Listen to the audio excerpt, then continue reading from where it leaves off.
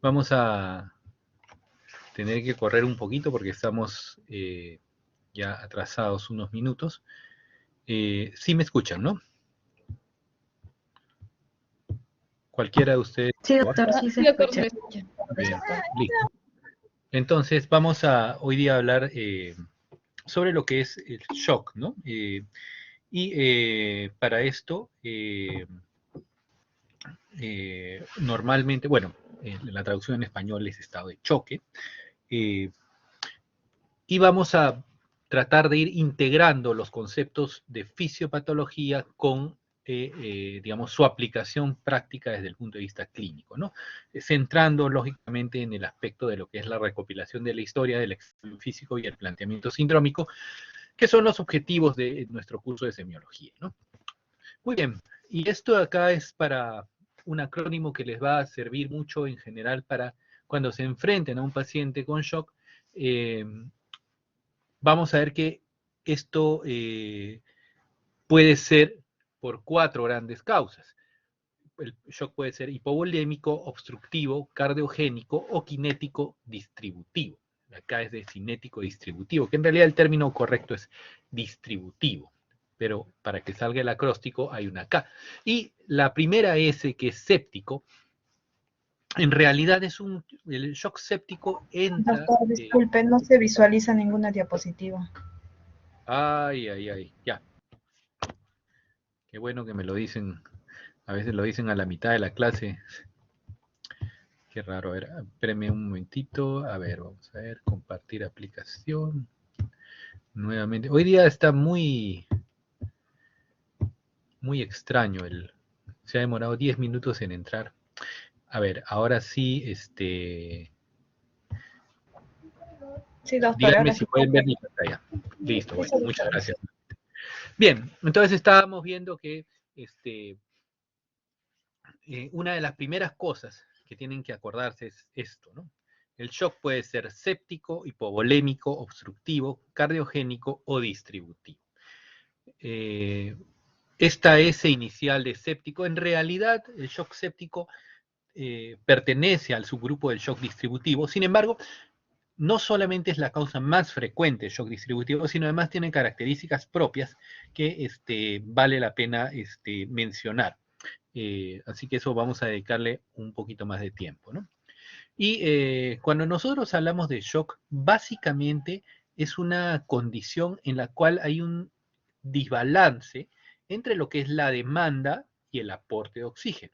Y esto esencialmente va a generar un flujo sanguíneo inadecuado a los tejidos y por ende un aporte inadecuado de oxígeno, lo que va a llevar a metabolismo anaerobio, producción de radicales libres y peroxidación lipídica, y todo esto iba a llevar muerte celular, inducción de apoptosis, liberación de mediadores inflamatorios, muerte celular programada y si esto se va a gran escala a varios órganos, nos va a producir la falla orgánica multisistémica, que es finalmente el denominador común de todas las formas de shock, ¿no? Entonces, pero nosotros si queremos simplificar esto, al final todo esto resulta, digamos, resumido en un desbalance entre la oferta y demanda de oxígeno, es decir, los tejidos no logran el oxígeno que necesitan y esta disminución en el aporte de oxígeno va a llevar a un cuadro de disfunción orgánica. Entonces, la disfunción orgánica que resulta de este desbalance en la entrega de oxígeno es lo que se denomina shock, ¿no? Muy bien, ahora ya yéndonos hacia lo que es el enfoque clínico y ya saliendo un poco de la parte etérea, fisiopatológica, para irnos a la vida real. Nosotros, en realidad, para decir que un paciente tiene shock, tenemos que documentar dos cosas. Que el paciente esté hipotenso y que el paciente tenga hipoperfusión tisular. Llamamos hipotensión a una presión arterial media por debajo de 60. Algunos hablan de una presión arterial sistólica debajo de 90. Esa es otra de las definiciones. Pero la definición, digamos, más clásica es una presión arterial debajo de 60. Y esto se combina con hipoperfusión tisular. Entonces, la combinación de hipotensión asociado a signos clínicos de hipoperfusión tisular es lo que nosotros denominamos shock. Y entonces nosotros tenemos que identificar clínicamente, primero, documentar adecuadamente la hipotensión y dos, bueno, ¿cómo nos damos cuenta de que estos tejidos están poco perfundidos? Y la primera cosa que tenemos que hacer es evaluar la parte de hipotensión, ¿no? A ver, vamos a poner acá. Entonces, primero es hipotensión, ¿no? Y para eso tenemos que identificar la presión arterial media, ¿no? Entonces, la presión arterial media en realidad es un promedio ponderado de la presión. Recuerden que el corazón bombea en sístole, pero durante la mayor parte del tiempo está en diástole. Entonces, cuando uno ve la presión promedio que llega a los tejidos, en realidad depende más de la diastólica. Y es por eso que cuando hacemos la presión arterial media, no es simplemente promediar sistólica y diastólica, ¿no? Sino es sistólica más 2 veces la diastólica entre 3, ¿no? De modo tal que, por ejemplo, si un paciente tiene, vamos a suponer, 90 con 60 de presión, tiene 90 de sistólica más 60 por 2, 120, entonces 90 más 120, 210, entre 3 saldría una presión arterial media de 70, ¿no? Entonces, la presión arterial media es un parámetro muy importante que utilizamos desde el punto de vista clínico para monitorizar a nuestros pacientes, ¿no? Y entonces, en el caso del shock, nosotros estamos hablando de presiones arteriales medias por debajo de 60. Y el otro punto que teníamos que ver es la hipoperfusión tisular, ¿no? Entonces, la hipoperfusión tisular la podemos ver a varios niveles. Entonces, por ejemplo, a nivel cerebral, si hay hipoperfusión a nivel cerebral, el paciente va a tener deterioro del estado de conciencia. A nivel de piel, vamos a encontrar alteración del llenado, o sea, un mal llenado capilar, ¿no? Mayor de 2 segundos, o extremidades cianóticas. Si tenemos hipoxemia, que lo podemos medir indirectamente, rápidamente, mediante una pulsoximetría, ¿no? Si hay menor cantidad de flujo a nivel renal, hablaremos de oliguria. Y dentro de los marcadores bioquímicos hay varios, pero fundamentalmente la elevación del lactato sérico es un indicador bastante interesante porque resulta justamente de que el metabolismo pase a metabolismo anaerobio. Recuerden ustedes que cuando el metabolismo pasa anaerobio se generan grandes cantidades de lactato, de ácido láctico, ¿no? Que es producto de la glicólisis anaerobia. Bien, entonces ya nosotros hemos documentado presión arterial media debajo de 60 y la presencia de hipoperfusión tisular, dado por cualquiera de estos parámetros, ¿no? Nuestro paciente, ya sea que vea con trastorno de sensorio, mal llenado capilar, cianótico, ligúrico, hipoxémico, con lactato elevado. Bien, ya tenemos estos dos parámetros y ya identificamos que nuestro paciente tiene shock. Ahora el siguiente paso es, bueno, ¿qué tipo de shock tiene nuestro paciente? ¿No? Y para entender los diferentes tipos de shock, es importante recordar, ¿no?, cuáles son los determinantes de la presión arterial, porque lo que baje la presión arterial va a generar también esta condición, ¿no? Entonces, la presión arterial depende del gasto cardíaco y de la resistencia vascular sistémica, ¿no? Entonces, la afectación de cualquiera de estos parámetros, entonces va a generar compromiso en la presión. Es decir, si baja el gasto cardíaco o baja la resistencia vascular, cualquiera de las dos va a generar una disminución de la presión arterial, ¿no? Entonces, ocurre, entonces, de manera simple, si uno quiere ver qué cosas me puede bajar la presión arterial, o baja el gasto cardíaco o la resistencia vascular sistémica. Y cuando vemos de qué depende la resistencia vascular sistémica, esto de acá es bastante conocido, pero lo más importante de recordar es que el elemento claramente más importante en lo que es la resistencia vascular sistémica es el radio del vaso. Y el radio del vaso elevado a la cuarta potencia. Y el radio del vaso, entonces, por ejemplo, si tenemos un vaso que se dilata, aumenta el radio. Y aumenta exponencialmente digamos, esta relación con la resistencia vascular sistémica, pero ojo, de manera inversa, ¿no? O sea, la resistencia vascular sistémica depende de manera inversamente proporcional al radio del vaso. ¿Qué quiere decir? Mientras más radio, del vaso, o sea, mientras más dilatación del vaso, menor resistencia vascular sistémica. Muy bien, y realmente no hay muchas causas que generen aumento del radio del vaso y por lo tanto disminución abrupta e importante de la respuesta vascular sistémica. Y esencialmente eso es cualquier causa que genere vasodilatación y particularmente aquella que genere vasodilatación de manera más o menos abrupta, ¿no? Y esto va a incluir sepsis, ¿no? Lesión aguda de médula espinal. Entonces, esto es, así como la sepsis, el shock asociado a sepsis es el shock séptico, el shock asociado a lesión de médula espinal es el shock neurogénico. Igualmente, el uso de, por ejemplo, vasodilatadores también puede darnos un shock distributivo, ¿no? La insuficiencia suprarrenal, particularmente cuando esta es aguda, genera vasodilatación, ¿no? Y los casos de anafilaxia, en donde por liberación de inmunoglobulina E, liberación de contenido de los basófilos, ocurre una vasodilatación masiva, con una caída abrupta de la presión, ¿no?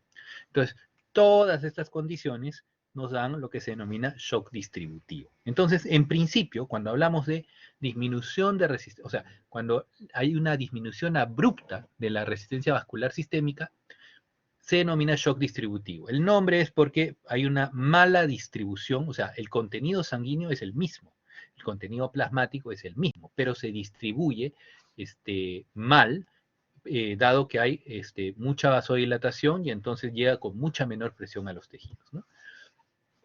Y esta resistencia vascular sistémica, yéndonos ya hacia la parte eminentemente clínica, la podemos objetivar en nuestro examen físico, mediante el examen de piel y mucosas. Si la resistencia vascular sistémica está disminuida, o sea, si tengo un fenómeno de vasodilatación con disminución de la resistencia vascular sistémica, la piel pues básicamente va a estar tibia, caliente, de un color rosado y va a haber en forma compensatoria una hiperdinamia cardíaca. Vamos a encontrar a nuestro paciente taquicárdica con un latido cardíaco, carotidio, un pulso prominente, ¿no? Entonces vamos a encontrar un paciente con un shock en el cual el paciente vamos a encontrar todavía en general un buen llenado capilar, una piel tibia, caliente, un color rosado e hiperdinamia cardíaca, paciente taquicárdico con un pulso saltón, ¿no? Por otro lado, la resistencia vascular sistémica podría estar disminuida, perdón, elevada, ¿no? O sea, ya hemos visto todos los casos de shock distributivo asociados a una disminución de la resistencia vascular sistémica. Pero si nosotros encontramos más bien la resistencia vascular sistémica elevada, quiere decir que el problema es de gasto cardíaco. Entonces, ¿cuáles son los indicativos en el examen de que la resistencia vascular sistémica ha aumentado? O sea, de que mi vaso está cerrado. Frialdad distal, un mal llenado capilar, una piel pálida, cianótica, ¿no? Y entonces, si nosotros encontramos a nuestro paciente cianótico, muy pálido, con un mal llenado capilar, una piel fría, pálida, sabremos que este problema no es asociado a vasodilatación, sino a disminución del gasto cardíaco. Y entonces podemos ya identificar los grupos de shock asociados a disminución del gasto cardíaco, ¿no? Recordemos, a su vez, que el gasto cardíaco depende de la frecuencia cardíaca y del volumen de eyección sistólico. Si se afecta la frecuencia cardíaca, por ejemplo, si un paciente tiene una bradicardia, tiene 30 latidos por minuto, eso va a bajar el gasto cardíaco y el paciente va a entrar en shock. Sin embargo, contrariamente a lo que uno podría pensar, también la frecuencia cardíaca aumentada en extremo puede bajar el gasto cardíaco. ¿Cómo así? Si aumenta muy rápidamente, si tenemos una taquicardia muy sostenida, muy intensa, disminuye el tiempo de llenado ventricular. Y esta disminución del tiempo de llenado ventricular va a hacer que el volumen de eyección disminuya. Es decir, si no llega suficiente sangre como para dilatar el ventrículo por la ley de Starling, que ya ustedes han visto en fisiología, no va a haber una capacidad de bombeo adecuada. Entonces, tanto la bradicardia como la taquicardia extremas pueden condicionar disminución de la frecuencia del gasto cardíaco. Sin embargo, en realidad, la causa más común de shock es una disminución del volumen de eyección sistólico, la cual, sin embargo, pese a ser la más común, es la más difícil en cuanto a su diagnóstico y manejo. Entonces, este volumen de eyección va a depender de tres cosas. O sea, ¿de qué depende que el corazón eyecte una suficiente cantidad de volumen, uno, depende de la precarga, ¿no?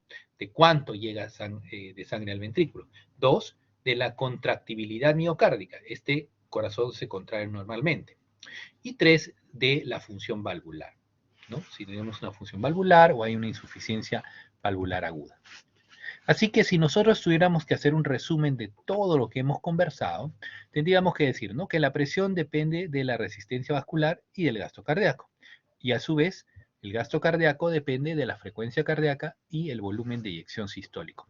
Y a su vez, el volumen de eyección sistólico depende de la precarga, contractibilidad miocárdica y estado valvular.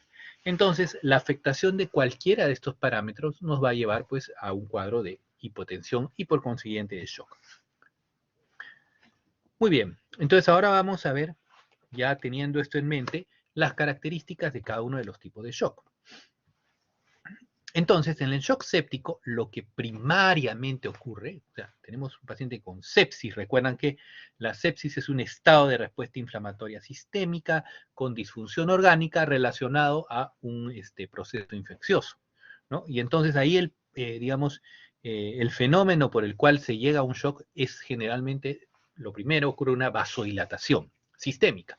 Y esta vasodilatación es lo que va a llevar al shock.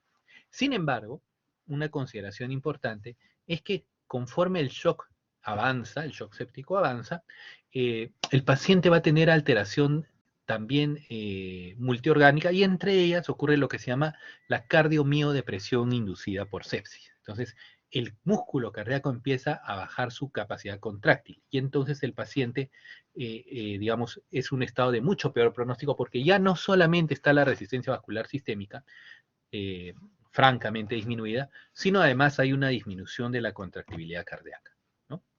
Y esto vamos a encontrar un componente mixto, donde no solamente hay resistencia vascular sistémica baja, sino también gasto cardíaco bajo, ¿no?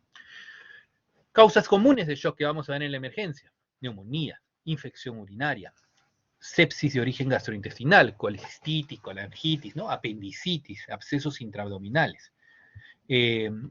Desde el punto de vista ginecológico, abortos sépticos, endometritis puerperal, y con menos frecuencia infecciones del sistema nervioso central o infecciones graves de piel y tejidos blandos, ¿no? Pero largamente, digamos, los cuadros sépticos que nosotros vemos en la emergencia, usualmente neumonía, infecciones urinarios, infecciones intraabdominales y ginecológicas, ¿no? Muy bien, ahora vamos a pasar a otro shock, que es el shock hipovolémico, el cual recientemente se ha clasificado o subclasificado en shock hipovolémico de tipo hemorrágico, traumático, y puramente hipovolémico. Eso lo vamos a conversar si hay un poquito de espacio para las preguntas. Pero lo más importante en el shock hipovolémico es que la volemia se refiere al contenido que hay en los vasos sanguíneos y está constituido por la masa de glóbulos rojos y el plasma. Entonces, si por alguna razón disminuye ese volumen que llega al corazón, estamos hablando de un shock hipovolémico, ¿no? Y esto puede ser por hemorragia, ¿no? Típicamente una hemorragia digestiva, uno pierde 2 litros de sangre, este paciente se nos choca. Hemoptisis masiva. Post-trauma, el paciente que llega con politraumatismos, típicamente pacientes atropellados, hay múltiples sangrados internos y eso genera disminución del volumen sanguíneo. Sin embargo, también puede ser que no haya hemorragia, sino simplemente se pierda líquido en cantidades importantes, por ejemplo, pacientes que tienen diarreas profusas o que tienen vómitos muy importantes. O que se pierda, por ejemplo, a través de la piel, una quemadura extensa, se pierde la barrera de evaporación y entonces uno puede perder grandes cantidades de líquido. Finalmente, la poliuria, en pacientes, por ejemplo, con diabetes insípida, pacientes con uso exagerado de diuréticos o pacientes con crisis hiperglicémicas, particularmente pacientes con cetoacidosis o estados hiperosmolares hiperglicémicos, ¿no?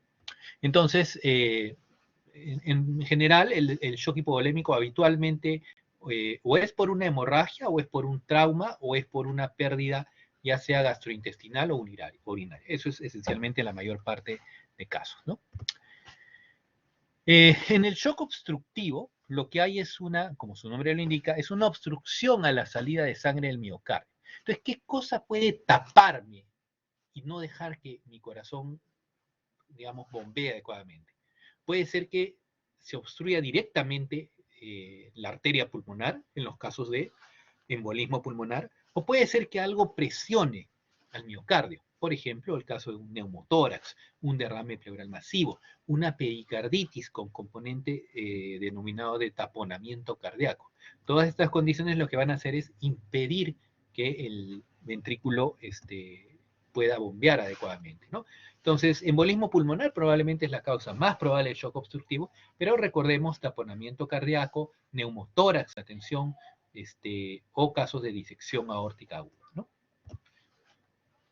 En el shock cardiogénico, que es el siguiente tipo de shock, básicamente su nombre hace referencia a que el corazón no es capaz primariamente de bombear adecuadamente la sangre. Entonces, básicamente, está originado por una disminución de gasto cardíaco que, como ya hemos visto, puede ser debido a taqui o a bradicardia, ¿no? O a disminución del volumen de eyección, el cual a su vez puede derivarse de alteraciones de la contractibilidad miocárdica o del estado valvular, ¿no? Entonces, cuando vemos un paciente en shock cardiogénico, básicamente, ¿qué puede originar esto? Uno, que el corazón pierda su capacidad de contraerse, básicamente por problema de músculo, ¿no? De músculo cardíaco. Y esto ocurre en el infarto, en las miocardis, ¿no? O en los casos de insuficiencia cardíaca. Pero también puede ser por un defecto o por un compromiso valvular o de tipo mecánico. Por ejemplo, pacientes con insuficiencias valvulares importantes. Pacientes con comunicaciones interventriculares, ya sea congénitas o como resultado de un infarto que lesione el tabique interventricular, ¿no? O por la presencia de aneurismas en el ventrículo, también como consecuencia de infartos. Y recuerden también que las arritmias, ¿no?, cardíacas producen también una incapacidad de un llenado adecuado y entonces tanto las bradiarritmias como las taquiarritmias extremas van a condicionar este shock cardiogénico. Bien, finalmente el shock distributivo, como ya hemos comentado, en realidad el shock séptico forma parte de los casos de shock distributivo y primariamente tiene que ver con resistencia vascular sistémica. Y esta disminución de la resistencia vascular sistémica, ya hemos visto, puede ser debido a sepsis, a trauma vértebro-medular, esto es el shock neurogénico, insuficiencia suprarrenal aguda, anafilaxia, casos de pancreatitis, también se genera una liberación masiva de mediadores que condicionan vasodilatación, quemaduras graves, pacientes en coma mixedematoso, que es la forma más grave del hipotiroidismo, ¿no? O uso de agentes exógenos, en particular sobredosis de benzodiazepínicos, barbitúricos o combinaciones de ambas, o intoxicaciones, ¿no? Esto es solamente para mostrar que uno de los grandes temas siempre debemos sospechar shock neurogénico, y esto tiene que ver con varias posibles lesiones, ¿no? Por ejemplo, lesiones hipotalámicas. Vean ustedes que normalmente hay una fina regulación en donde tenemos el seno carotídeo, el arco aórtico, que envían aferencias al hipotálamo, que a su vez generan eferencias que permiten la vasoconstricción. Para no hacerla muy larga, básicamente si nosotros tenemos lesión hipotalámica, medular o de las cadenas simpáticas ganglionares, podemos generar shock neurógeno, ¿no? Entonces, por ejemplo, pacientes con traumatismo encefalocraniano grave, con compromiso hipotalámico, traumatismo vértebro-medular agudo o lesiones a nivel, pues, de los ganglios simpáticos paravertebrales, ¿no? Bien, entonces ya habiendo hecho esta revisión apretada de lo que son los diferentes tipos de shock, vamos a ver cuáles son los elementos clave de la historia clínica que tenemos que revisar en nuestros pacientes, ¿no? Dentro de las preguntas que tenemos que hacer es, bueno, tenemos que hacer una anamnesis muy rápida. Esta no es la anamnesis de 30, 40 minutos que hacemos en la historia clínica clásica, sino en 15 minutos tenemos que definir a nuestro paciente, incluido anamnesis, examen físico. Entonces, probablemente vamos al mismo tiempo avanzando con las cosas. Entonces, rápidamente tenemos que ver qué trae al paciente, qué es lo que, ya sea una anamnesis directa o indirecta, identificar si ha habido fiebre, diarrea, vómito, dolor abdominal, tos, ¿no? Rápidamente hemos hablado de neumonía, infección urinaria, infección intraabdominal. El paciente tiene tos, expectoración, dolor abdominal, náuseas, vómitos, diarrea, dolor lumbar, disuria, poliaquiuria. Rápidamente ahí nosotros, o si ha tenido alguna historia, si no, una historia de, en el caso de mujeres, fecha de última regla, historia de parto reciente para evaluar infecciones ginecológicas o posparto. Si ha habido historia de hemorragia, ha tenido, le preguntan al paciente, ¿usted ha vomitado sangre, ha tosido sangre? Ha hecho deposición negra, ¿no? La melena.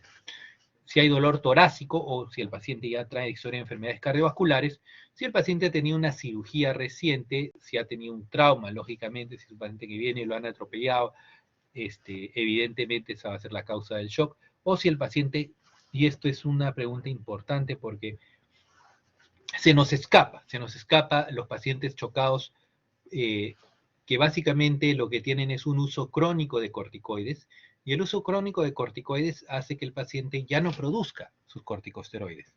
Entonces, si deja abruptamente de tomar prednisona, por ejemplo, un paciente que recibe prednisona de manera regular, entonces lo que va a ocurrir es que estos pacientes van a hacer una deprivación aguda de esteroides que los va a llevar a la insuficiencia suprarrenal aguda, que como ya hemos visto es una causa de shock distributivo, ¿no? En el examen físico, rápidamente, funciones vitales, inmediatamente. Presión arterial, frecuencia cardíaca, frecuencia respiratoria, temperatura, pulsoximetría, hoy en día es una parte importante, Glasgow, diuresis, ¿no? Vemos en la piel, y acá es bien importante el examen de piel. Muy rápidamente vemos esta pálida, esta cianótica, cómo está el llenado capilar. Y eso nos da rápidamente una visión de lo que es la perfusión tisular, ¿no? Y además nos permite identificar si por ejemplo, si la piel, ya hemos visto, si es una piel tibia, si es una piel con buen llenado capilar, con buenos pulsos, a este paciente el shock es por vasodilatación. Si más bien la piel es cianótica, fría, y no logramos un llenado capilar de más de 3 segundos, eso probablemente sea un shock más bien asociado a vasoconstricción y por lo tanto a disminución del gasto cardíaco. Identificar la presencia de edemas, ¿no? Que nos identifica ahí, ya si vemos un paciente edematoso, probablemente sea renal o cardíaco. En tórax y pulmones, si tenemos estertores crepitantes, ¿no? Si tenemos hallazgos que nos sugieran neumonía o insuficiencia cardíaca. Y en el examen cardiovascular, rápidamente ver ingurgitación yugular. Si ustedes ven ingurgitación yugular, ya saben que este paciente o tiene insuficiencia cardíaca, o tiene pericarditis, o tiene un neumotórax. Entonces, rápidamente ustedes van hacia eso, o un embolismo pulmonar. En el examen de abdomen, rápidamente ver cómo están los ruidos hidroaéreos y si hay dolor a la palpación o rigidez que nos haga sospechar en una peritonitis. Un paciente con un abdomen rígido, en tabla, y está chocado, este paciente tiene una peritonitis generalizada y tiene que entrar a sala, ¿no? Y en sistema nervioso, lógicamente, el nivel de conciencia y la presencia de signos meningios. Bien, entonces ya hemos conversado que el shock es hipotensión con hipoperfusión tisular. Hipotensión, presión arterial media debajo de 60. Hipoperfusión tisular, trastorno de sensorio, oliguria, tiempo de llenado capilar prolongado o cianosis. Y entonces, una vez que identificamos que nuestro paciente está chocado, tenemos que ver si clasificar denominado hipo o hiperdinámico. El shock hiperdinámico, que ven acá abajo, es el shock asociado a una disminución de la resistencia vascular periférica. Y entonces, en este caso, rápidamente, como hemos visto en nuestro examen de piel, vemos una piel tibia, con buen llenado capilar, con un pulso rápido y lleno. Entonces sabemos que este problema es de disminución de resistencia vascular periférica y nos iremos hacia esas causas. Mientras que si más bien encontramos una piel pálida, fría, con un mal llenado capilar, entonces eso implica aumento de la resistencia vascular sistémica. Y por lo tanto, que la causa del shock es un gasto cardíaco disminuido. Y entonces nos iremos hacia todos los otros tipos de shock, ¿no?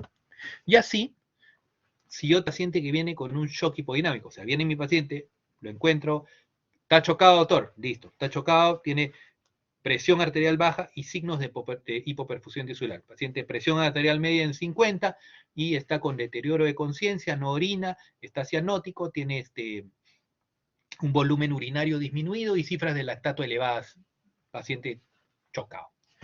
Si el paciente tiene historia de sangrado, o sea, si ha estado con sangrado, diarrea, trauma, o está deshidratado, inmediatamente pensaremos en un shock de tipo hipovolémico. Si más bien lo que tiene es una historia de dolor torácico y encontramos las venas yugulares ingurgitadas, ¿no? Con una disnea muy marcada y no encontramos edemas, probablemente esto sea un shock obstructivo, en el contexto de un embolismo pulmonar, o una pericarditis o un neumotórax. Mientras que si más bien encontramos un paciente con antecedente de cardiopatía isquémica, con un dolor de tipo anginoso, dolor retroesternal, torácico, ¿no? Irradiado al cuello, a la mandíbula, al borde cubital del brazo izquierdo, ¿no? Con ingurgitación yugular, con crepitantes bilaterales, con edemas, ese paciente pues tiene un shock de tipo cardiogénico, ¿no? Y finalmente, si hay una historia de fiebre, ¿no? Con signos sugerentes de infección, también estaremos sospechando la presencia de sepsis y por lo tanto hablaremos de un shock séptico de tipo hipodinámico. Y acá quiero hacer recalcar que el shock hipodinámico, la sepsis es el único caso de shock, y es un caso especial de shock, que puede darnos shock de tipo hipodinámico o hiperdinámico. ¿Por qué? Porque inicialmente es por una disminución de la respuesta vascular sistémica, pero conforme la sepsis avanza, se genera disminución del gasto cardíaco. Y en ese estado final del shock séptico, ya más bien vamos a encontrar hipodinamia.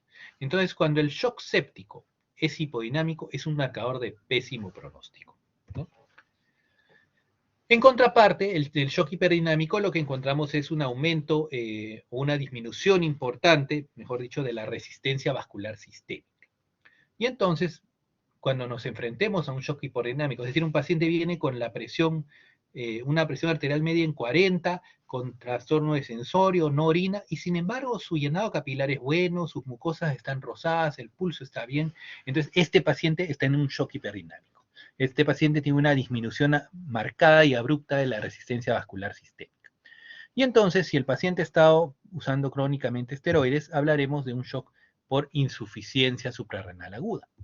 Si el paciente ha estado expuesto a un alergeno y vemos que tiene angioedema, es decir, un edema palpebral en labios, un rash cutáneo, la presencia de abones, ¿no? Esto será claramente un shock de tipo anafiláctico. Si más bien lo que tenemos es un paciente que acaba de tener un traumatismo craneal o cervical grave o que acaba de sufrir, que acaba de ser sometido a anestesia raquídea y se choca, ese es un shock de tipo neurogénico, ¿no? Y si el paciente está expuesto a benzodiazepínicos, barbitúricos, carbamatos, ¿no? Carbamatos son los rodenticidas que se usan muchas veces con propósitos suicidas. Hablaremos de un shock asociado, es un shock distributivo asociado a drogas, ¿no? Todos estos son condiciones asociadas a shock distributivo. Y finalmente, verán que nuevamente tenemos al paciente con signos sugerentes de infección febril como cuadro séptico. Y entonces sería un estado de shock séptico, pero en la fase hiperdinámica, que es una fase de mejor pronóstico que el shock hipodinámico asociado a sepsis, ¿no? Entonces, la sepsis generalmente empieza como un shock hiperdinámico con vasodilatación pura, pero después, en los estadios más graves, avanza hacia un shock con aumento más bien de la resistencia vascular sistémica y de tipo hipodinámico. Muy bien, entonces esto es lo que queríamos conversar con ustedes y tenemos un pequeño espacio de preguntas. La lectura, además de este capítulo del Harrison, que es el capítulo de shock, que es bien importante, vamos a colgarles también una lectura adicional, un artículo muy bonito, una revisión de shock que ha salido hace poco, donde están los conceptos muy paso a paso, ¿no? Bien, preguntas.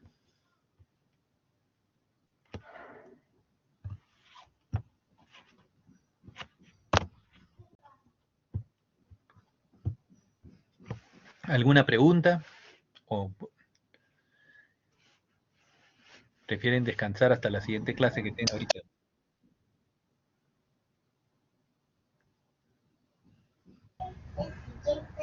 Doctor, una consulta. ¿El paciente hipertiroideo o hipotiroideo en casos complicados tiene algún tipo de shock, aparte del que ya nos mencionó, del adrenal? Sí, el paciente hipertiroideo hace lo que se denomina eh, tormenta tiroidea. La tormenta tiroidea es un estado de descompensación aguda del hipertiroidismo, es la forma más grave del hipertiroidismo, y el paciente en estos casos puede llegar a ser un cuadro de insuficiencia cardíaca grave por cardiomiopatía tirotóxica. Aunque suele presentarse con presión arterial normal, hay casos que pueden presentarse con hipotensión y shock. Eh, Sin embargo, la descompensación tiroidea que suele ir con shock es más bien el hipotiroidismo, ¿no? En lo que se conoce como coma mixedematoso. Los pacientes con un hipotiroidismo de larga data, de bastante tiempo de evolución, pero que generalmente se descompensa por algo, una neumonía, una infección en general, hace una casi pérdida abrupta de la función tiroidea, y eso se llama coma mixedematoso. Y típicamente estos pacientes entran en hipotensión, bradicardia sostenidas, los cuales son casi imposibles de manejar. Entonces, estos pacientes hacen una bradicardia, entran con frecuencia cardíaca 30, 40 por minuto, chocados, de muy, muy difícil manejo, requiere dosis endovenosas grandes de hormona tiroidea que nosotros no disponemos, ¿no? Así que le ponemos, aunque sea por la sonda nasogástrica, pero bueno, el coma mixedematoso es dentro de la patología tiroidea la más asociada a estados de shock, ¿no? Ok, doctor, gracias.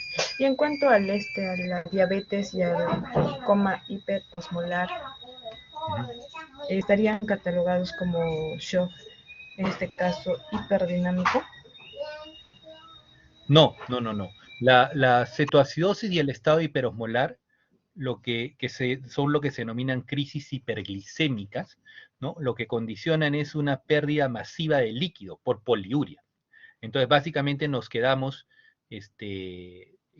con un intravascular sumamente depletado, muy deshidratados, y entonces va a llegar menos cantidad de sangre, lógicamente, al ventrículo y va a haber menos bombeo. Entonces va a haber una disminución del volumen de eyección y se va a producir un shock de tipo hipovolémico con todas las características de un shock hipodinámico, ¿no? Sí, doctor, muchas gracias. Muy bien, chicos. Entonces creo que a las 2:40 tienen la otra sesión. Así que, bueno, les daremos un tiempo, tienen unos 5 minutos para poder, como decían en Pataclown, anda al baño mientras puedas, ¿no? Muy bien, chicos. Entonces, gracias por su atención y les voy a colgar en un momento tanto la clase, el PDF, como la lectura que les voy a recomendar. Ah, Johanna, sí. Johanna estaba Sí, levantando la mano. disculpe, doctor. Sí, doctor, Sí, sí. disculpe. Justamente este sería el link en el que va a entrar el otro grupo para que pueda dar la clase de Ah, shock. sí. Sí, sí, en este mismo Ah, link. ya. Por eso lo he dejado hasta las 2 y hasta las Ya, 4, así. ya, Listo. doctor, muchas Muy gracias. bien. Se lo voy a comunicar a mis compañeros. Ok.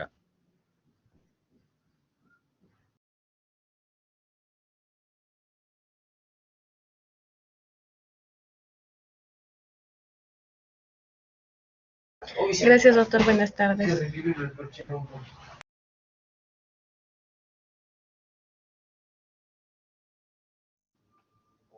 Ok, muy bien. Entonces ya nos encontramos con los demás en 5 minutos.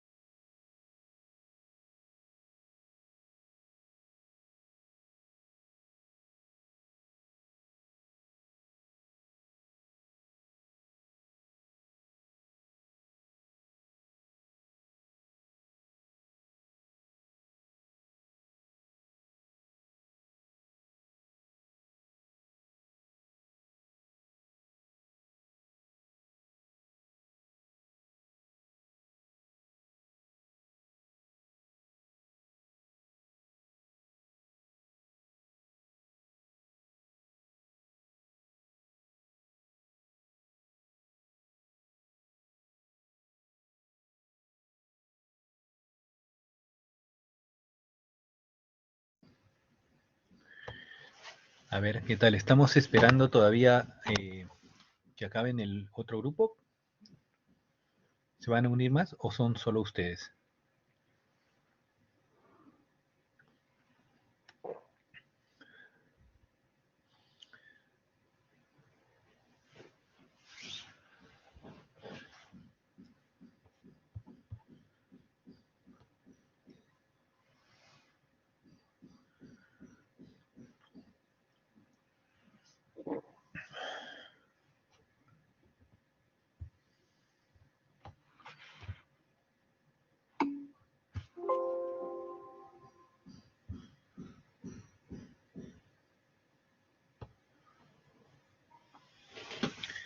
Muy bien, vamos a esperar entonces un par de minutos a que se integren los demás.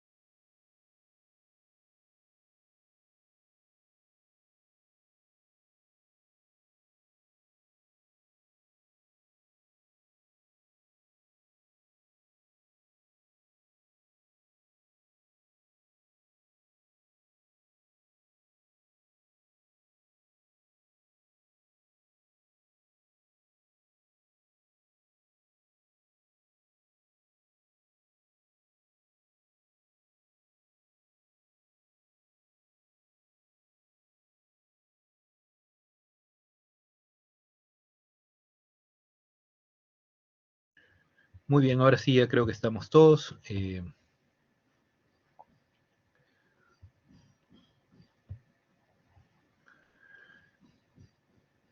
Vamos a empezar con la clase correspondiente a shock. Por favor, me dicen, ¿están viendo mi proyección con claridad? Sí, doctor. Buenas tardes. Muy bien, listo, buenas tardes con todos. Muy bien, vamos a conversar sobre una condición sumamente importante en la, digamos, desde el punto de vista clínico, y esto es algo que van a ver en la emergencia todos los días, en el pabellón también seguramente cada cierto tiempo, y es una emergencia que amerita un diagnóstico y un tratamiento rápido. El shock es una situación en la cual tenemos que actuar rápido, y para actuar rápido tenemos que saber lo que es y cómo abordarlo inicialmente en una situación en que estamos contra el tiempo. Y al final del día, el objetivo de esta presentación es que ustedes puedan diferenciar lo que es los diferentes tipos de shock, incluyendo el séptico, el hipovolémico, el obstructivo, el cardiogénico y el distributivo, que para que salga el acróstico le hemos puesto una K.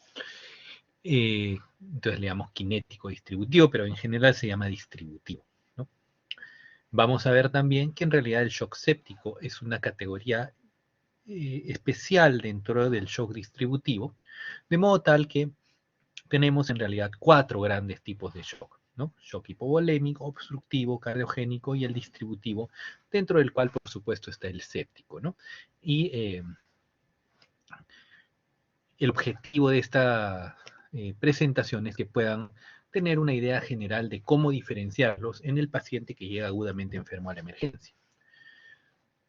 Y solamente un poco para irnos hacia la base y al principio, ¿qué cosa es el shock en general como concepto? Es una situación en la que la perfusión tisular no permite garantizar el aporte de oxígeno necesario para el funcionamiento de los tejidos.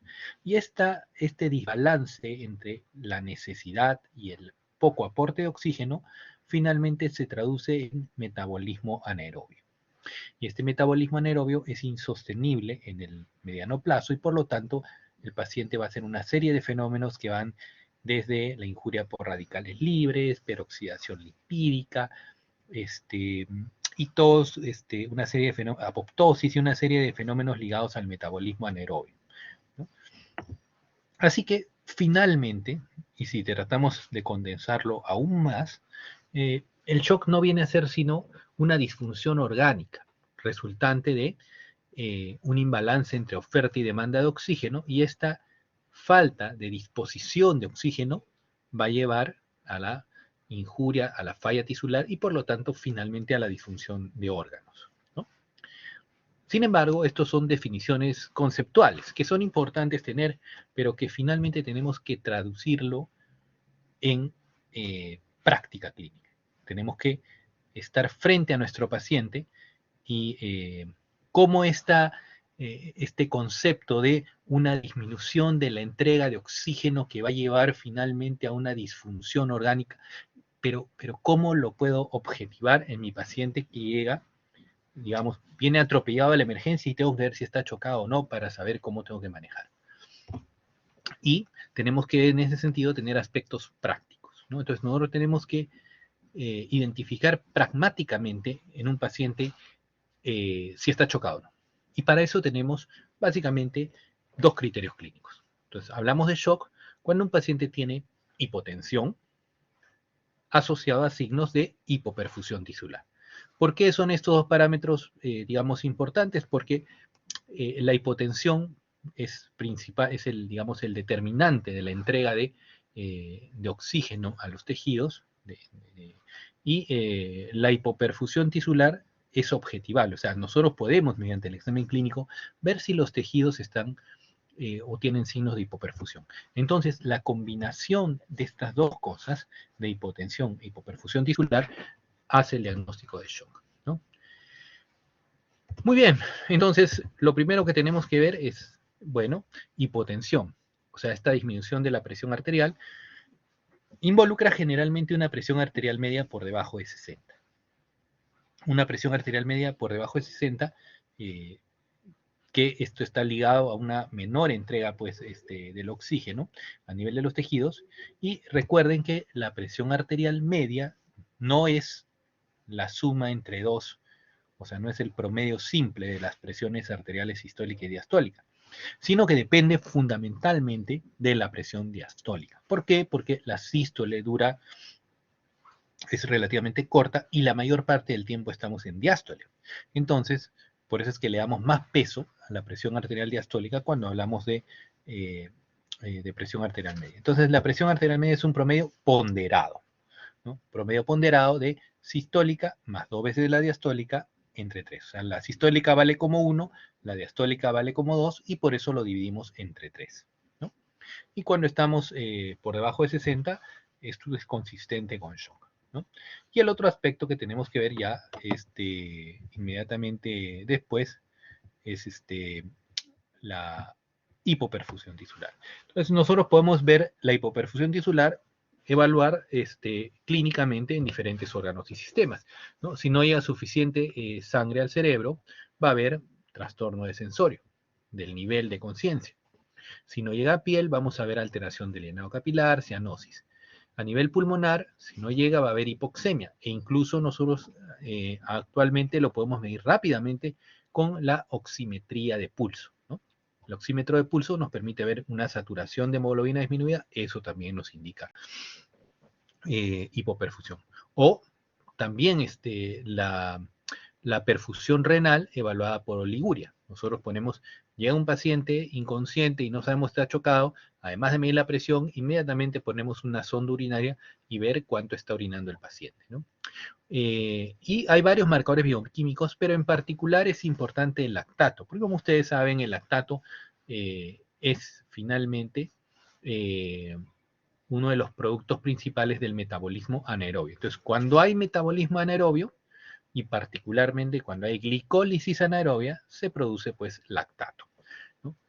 Bien, entonces entonces nosotros vemos, viene nuestro paciente, presión arterial menos de 60. Uy, paramos nuestros sentidos y inmediatamente vemos, el paciente tiene trastorno de sensorio, mal llenado capilar, está con una pulsoximetría menos de 90, no está orinando, el lactato está alto, ese paciente está chocado. Y el siguiente paso es, bueno, ya sabemos que está chocado, ahora tenemos que identificar a cuál de las causas de las que hemos conversado obedece este cuadro de shock. Y entonces, para entender las diferentes causas o los diferentes estados de shock, es importante ver, bueno, ¿qué me puede llevar a la hipotensión? Porque finalmente, para que un paciente se choque, tiene que hipotensarse. Entonces, ¿qué puede condicionar esto? Y para ver qué cosa me puede bajar la presión, tengo que saber, pues, de qué depende la presión. Y la presión depende del gasto cardíaco y de la resistencia vascular sistémica. Y entonces, ya sea que baje el gasto cardíaco o la resistencia vascular sistémica, nosotros podemos encontrar una disminución de la presión arterial producto de cualquiera de estas dos condiciones. Y vamos a empezar con la resistencia vascular sistémica. La resistencia vascular sistémica depende de la longitud del vaso, de cuán viscosa sea la sangre y finalmente de lo que es el radio del vaso. Y este concepto es bien importante, es inversamente proporcional al radio del vaso. ¿Qué quiere decir? A mayor radio del vaso, o sea, conforme nosotros aumentemos el radio del vaso, la resistencia vascular sistémica va a disminuir, ¿no? Entonces es inversamente proporcional al radio.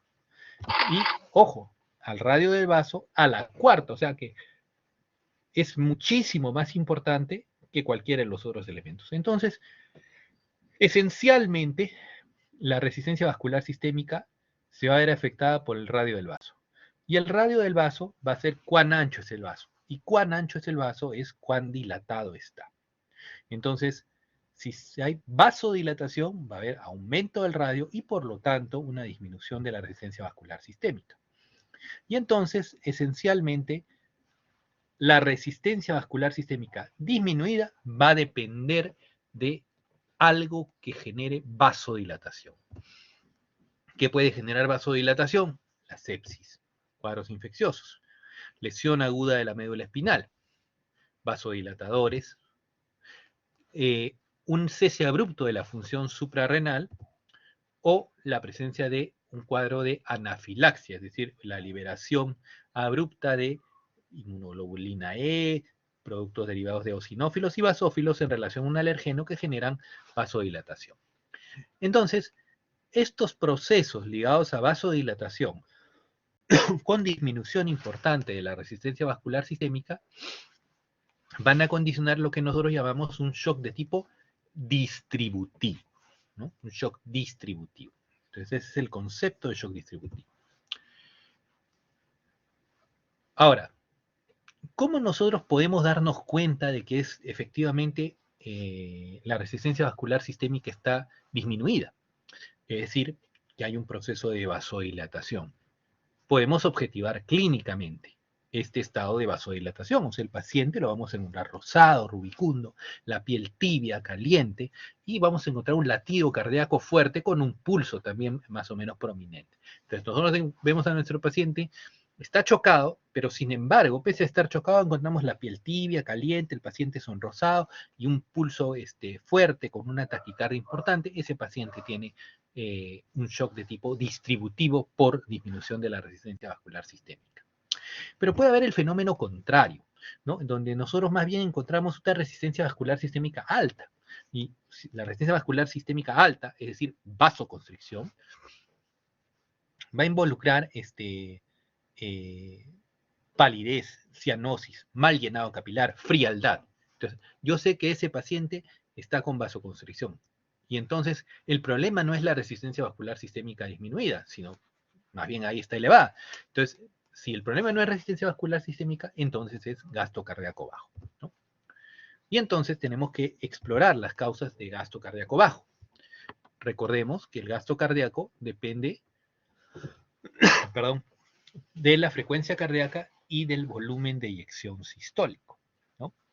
De modo tal que nosotros podemos encontrar alteraciones de la frecuencia cardíaca o del volumen de eyección. Y acá es importante detenernos a pensar en que no solamente la disminución de la frecuencia cardíaca puede generar baja del gasto cardíaco. O sea, uno ve la fórmula y dice, si baja la frecuencia cardíaca o baja el volumen de eyección, baja el gasto. Y eso es correcto. Pero la frecuencia cardíaca baja efectivamente puede bajar el gasto cardíaco. Sin embargo, la frecuencia cardíaca alta, y en realidad cuando es muy alta, paradójicamente puede bajar el gasto cardíaco. ¿Por qué? Porque cuando uno tiene una taquicardia muy intensa, por encima generalmente de 150, lo que hace es que hay una disminución del tiempo de llenado ventricular. Es decir, el corazón late tan rápido que no se puede llenar el ventrículo. Y ustedes recuerdan que el inotropismo o fuerza contráctil del músculo cardíaco depende de la capacidad contráctil dada por la ley de Starling, que a su vez depende de la elongación de la fibra. Entonces, ¿cuán elongada esté la fibra? Depende de cuánta sangre llegue. Entonces, si hay mucha taquicardia, no hay buen tiempo de llenado ventricular y hay una mala sístole. Entonces, la taquicardia extrema también da alteración del gasto cardíaco. Entonces, si yo tengo un problema de frecuencia cardíaca, ya sea por brady o por taquicardia extrema, entonces puedo generar shock por disminución del gasto cardíaco. Pero, de repente, mi frecuencia cardíaca es normal o no está tan alterada, ¿no? Entonces, ahí el problema es volumen de eyección, ¿no? Y volumen de eyección tiene que ver con tres cosas. Con la precarga, o sea, cuánta sangre llega al corazón, con la capacidad de ese músculo cardíaco de contraerse, ¿no? Y finalmente de la función valvular. Entonces, el volumen de eyección va a depender de cuánto llega, cuán bien se puede contraer mi corazón y si mis válvulas tienen un funcionamiento normal, ¿no? Así que si nosotros tuviéramos que resumir todo esto que hemos comentado hasta este momento, para entender las causas de shock, tenemos que entender que la presión arterial, que es el principal determinante de la perfusión tisular, depende de la resistencia vascular sistémica y del gasto cardíaco. Y a su vez el gasto cardíaco depende de la frecuencia cardíaca y del volumen de eyección. Y a su vez el volumen de eyección depende de la precarga, contractibilidad cardíaca y estado valvular.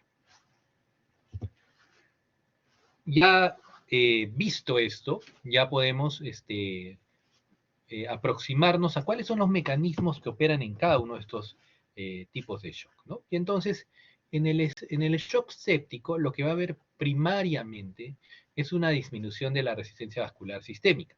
Es decir, las endotoxinas de los gram negativos o los lipopolisacáridos, o en general estructuras de la pared bacteriana, van a generar un proceso de inducción de citoquinas que va a generar vasodilatación. Entonces, esencialmente, cuando un paciente está séptico, se vasodilata.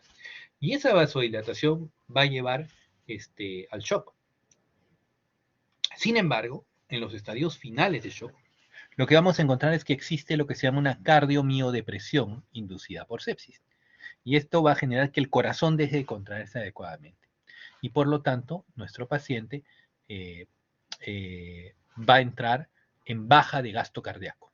Entonces, ya no solamente vamos a tener la resistencia vascular sistémica, sino además una disminución del gasto cardíaco. Esto, lógicamente, en los estadios finales del shock, ¿no? Muy bien, y cuando pensemos en shock séptico, siempre, lógicamente, viene un paciente. Entonces, ¿cuáles son las causas, ¿no? Cuando veamos un paciente chocado, ¿en qué casos de enfermedad debemos sospechar que esto se trata de un shock séptico? Probablemente lo más común es lo que estamos presentando acá, ¿no? Neumonías, infección de tracto urinario. Hoy en día, dicho sea de paso, la neumonía asociada a COVID es una condición también asociada al shock séptico, ¿no? Entonces, no solamente digamos, clásicamente neumonía bacteriana, sino hoy en día neumonía asociada a COVID, infección de tracto urinario, infecciones gastrointestinales, ¿no? Colecistitis, infecciones de la vía biliar en general, colecistitis, colangitis, apendicitis, peritonitis, abscesos intraabdominales, y también, bueno, siempre en mujeres la sepsis de origen ginecológico, particularmente abortos sépticos y endometritis puerperal. Y acá es importante recordar, porque aborto séptico es muy difícil de diagnosticar. Una mujer joven con una infección, digamos, en la cual ustedes no tengan una clave, es una de las cosas que hay que sospechar, porque lamentablemente los abortos sépticos, las condiciones, digamos, la causa frecuente de abortos sépticos son ciertamente abortos de manera clandestina. Entonces esto se infecta y muchas veces el paciente no nos lo quiere decir. Así que bueno, es algo que hay que tener un alto índice de sospecha, particularmente en mujeres en edad fértil que se presenten con sepsis de origen abdominopélvico de causa no claramente conocida, ¿no? Bien. El otro tipo de shock que vamos a ver ahora es el shock hipovolémico. Y básicamente lo que ocurre acá es hay una disminución de la cantidad, ya sea de sangre o de plasma, que va a llegar a que hay una menor precarga. Y al haber una menor precarga, eso se va a traducir en un menor gasto cardíaco. ¿Qué puede ocasionar un shock hipovolémico? Pérdidas ya sea por hemorragia, ¿sí? Podemos perder simplemente sangre, ya sea por vía digestiva, hemoptisis masiva o postraumática. Pacientes que tienen politraumatismos, un paciente atropellado tiene múltiples sangrados internos que condicionan hipovolemia. También, lógicamente, pérdidas gastrointestinales, pacientes con diarreas, con vómitos profusos. Recuerden los casos de shock asociado a cólera, que es una condición que nosotros tuvimos una epidemia muy grave de cólera hace varios años acá en el Perú. Las quemaduras extensas o incluso por vía urinaria, ¿no? Las crisis hiperglicémicas, incluyendo cetoacidosis, estado hiperosmolar, pueden asociarse pues a una gran pérdida de orina con una depresión del volumen sanguíneo circulante y por lo tanto hipovolemia. El otro tipo de shock que tenemos es el obstructivo. Entonces, en el shock obstructivo, que básicamente digamos, está definido por cualquier condición que impida la salida de sangre del corazón, y eso puede ser porque esté directamente obstruida la arteria pulmonar. Por ejemplo, en un embolismo pulmonar se obstruye la arteria pulmonar y simplemente bloquea la salida del ventrículo, ¿no? Entonces, embolismo pulmonar es una causa clásica, pero también pueden ser situaciones que compriman al corazón desde afuera. Por ejemplo, un neumotórax, atención, un gran derrame pleural, un derrame pericárdico que no deje expandirse al ventrículo, ¿no? Entonces vamos a encontrar todas estas condiciones: embolismo pulmonar, taponamiento pericárdico, pericarditis constrictiva, neumotórax, atención, derrame pleural masivo o disecciones aórticas agudas graves con un gran componente de hematoma que comprima el ventrículo. Otro shock que ya no tiene que ver con una obstrucción, sino por una incapacidad propia del corazón para contraerse adecuadamente, es lo que se denomina el shock cardiogénico.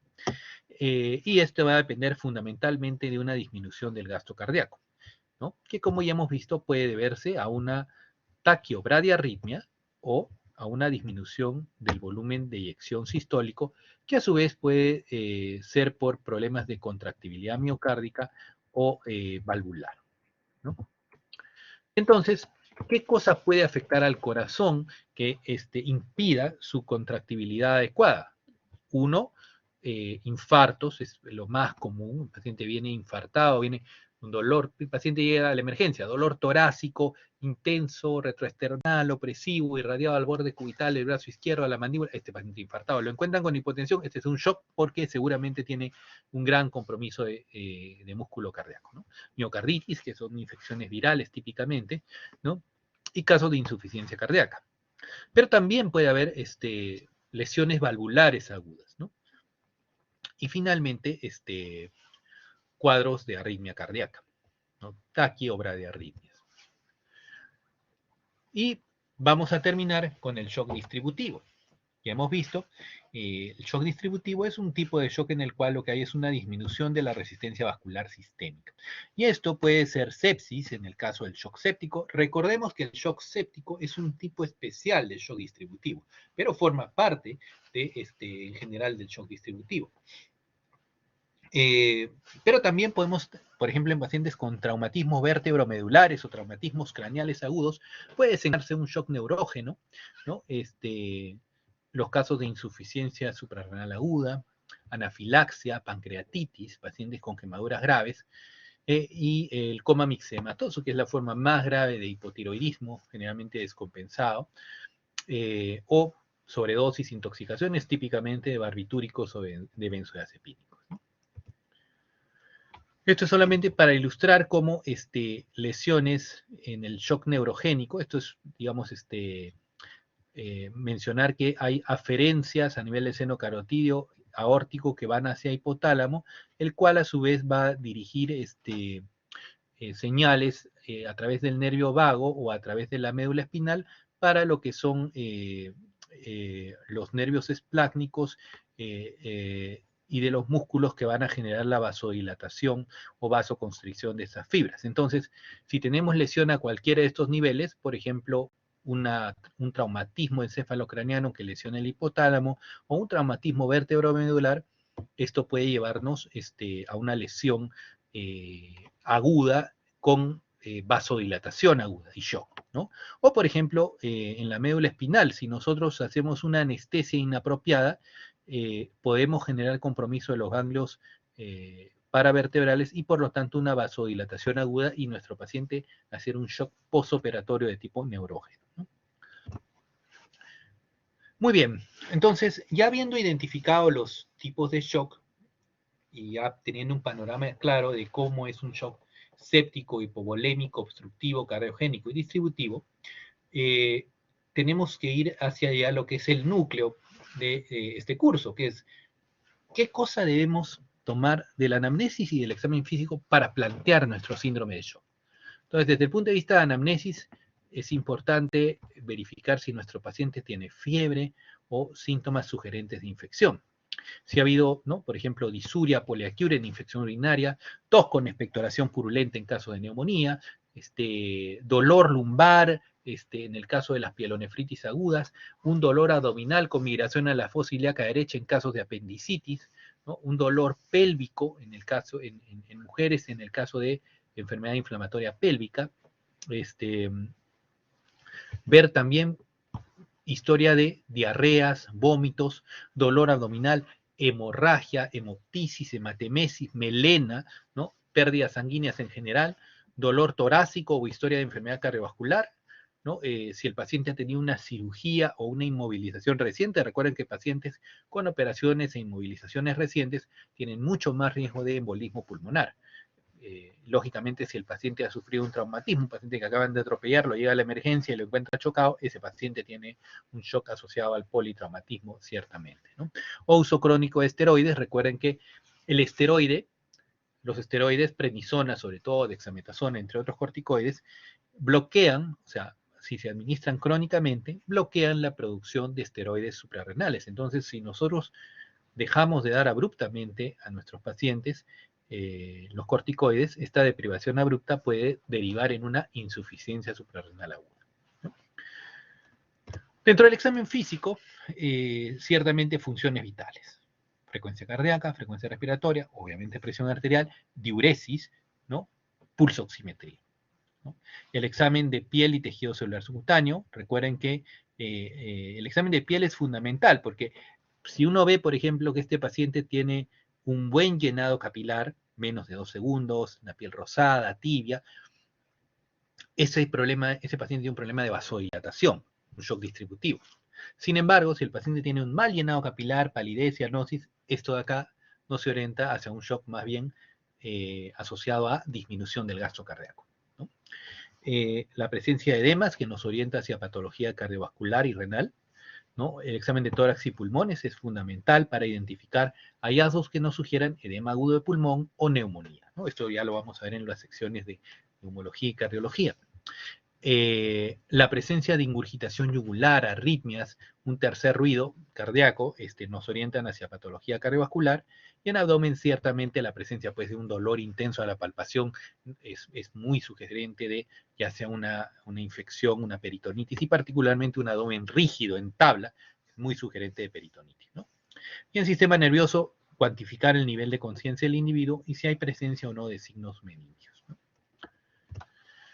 Muy bien, y ahora ya yéndonos hacia la parte eminentemente práctica, ¿no? Viene el paciente y entonces ya, identifico. 1, ¿tiene shock o no tiene shock? Entonces, para eso ya hemos conversado en extenso. Hipotensión, presión arterial menos de 60, más hipoperfusión tisular. ¿Cómo sé que tiene hipoperfusión tisular? Si el paciente tiene trastorno de sensorio, oliguria, alteración del tiempo de llenado capilar, o sea, un mal llenado capilar, cianosis o desaturación al momento de que le hago la pulsoximetría. Muy bien, identifiqué si el paciente está chocado y ahora tengo que identificar rápidamente si es un shock denominado hipodinámico o hiperdinámico. El shock hipodinámico es aquel shock asociado a un bajo gasto cardíaco. El shock hiperdinámico más bien a una disminución de la resistencia vascular periférica. Ya habíamos visto, el shock es o el gasto cardíaco baja o baja la resistencia vascular periférica. Si baja el gasto cardíaco, shock hipodinámico. Si aumenta, si disminuye la resistencia vascular sistémica, shock de tipo hiperdinámico. Shock hipodinámico, piel pálida, fría, mal llenado capilar. Shock hiperdinámico, un pulso rápido, lleno, con piel tibia y llenado capilar normal. Muy bien, entonces nos enfrentamos a nuestro paciente e identificamos que tiene shock. Ya hemos identificado que tiene shock en el paciente, presión arterial media en 50, el paciente está con deterioro de conciencia, oligúrico, con aumento del lactato. Ahí está, el paciente está chocado. Luego identifico la piel. Lo primero que veo es, ¿tiene buen llenado capilar? ¿Está pálida? ¿Está cianótica? Mira, mal llenado capilar 4 segundos, cianótico, pálido, frío. Ese paciente es hipodinámico. Si es hipodinámico, entonces rápidamente indago o reviso lo que he visto en la historia. Si ha tenido sangrado, diarrea, trauma, si hay signos de deshidratación, las mucosas secas, las yugulares colapsadas al examen del cuello. Ese paciente está con un shock hipovolémico. Si más bien nuestro paciente tiene dolor torácico, una ingurgitación yugular muy disneico, pero no encuentro edemas, eso probablemente sea un shock obstructivo. Ya sea, tenemos que buscar ahí rápidamente taponamiento cardíaco, neumotórax, embolismo pulmonar. Si más bien es un paciente que nos habla o en el cual tenemos antecedente de cardiopatía isquémica, hipertenso, probablemente diabético, que viene con un dolor retroesternal anginoso, ¿no? Dolor retroesternal, opresivo, irradiado al borde cubital del brazo izquierdo, a la mandíbula, con ingurgitación, con crepitantes, con edemas, es un cuadro que definitivamente tiene un componente cardiogénico intrínseco, ¿no? Y que el paciente viene con historia de fiebre, con signos de infección, y lo veo clínicamente séptico, esto será un shock séptico de tipo dinámico, ¿no? Y acá quiero hacer una salvedad porque ya habíamos revisado que el shock séptico es un shock de tipo distributivo, y el shock distributivo generalmente es hiperdinámico, excepto en los casos de sepsis ya avanzada. Porque la sepsis inicialmente inicia como un shock hiperdinámico por disminución de la resistencia vascular sistémica, pero con el paso del tiempo hay una cardiomiodepresión inducida por sepsis, ya lo hemos comentado, y esa cardiomiodepresión va a dar lugar a una disminución del gasto cardíaco y entonces va a pasar de ser hiper a ser hipodinámico.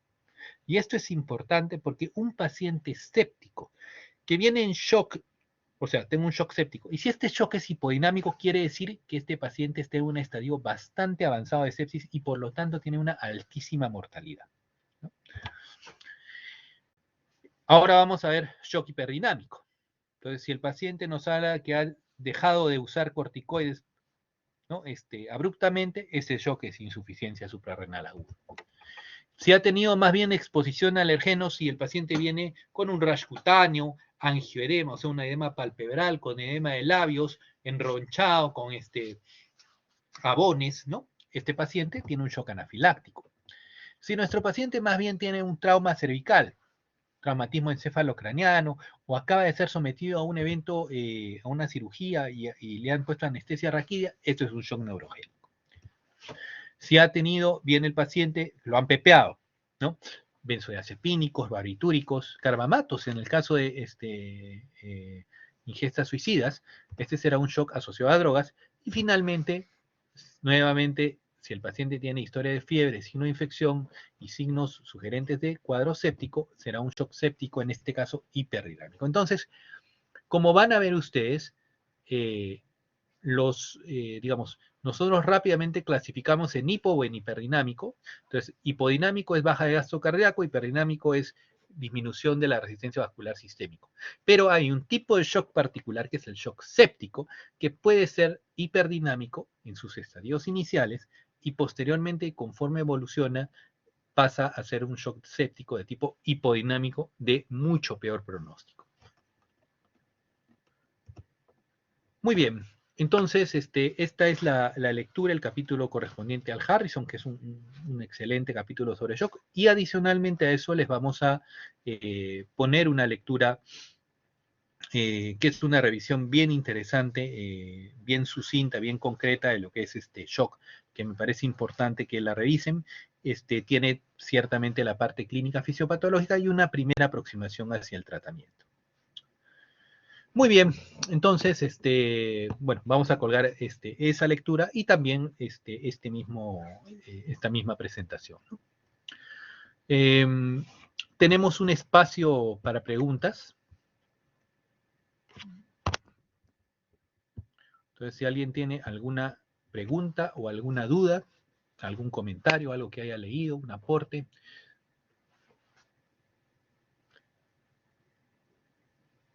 O ya es demasiado 2 clases juntas. Y están hipoglicémicos, en ayuno prolongado. ¿No?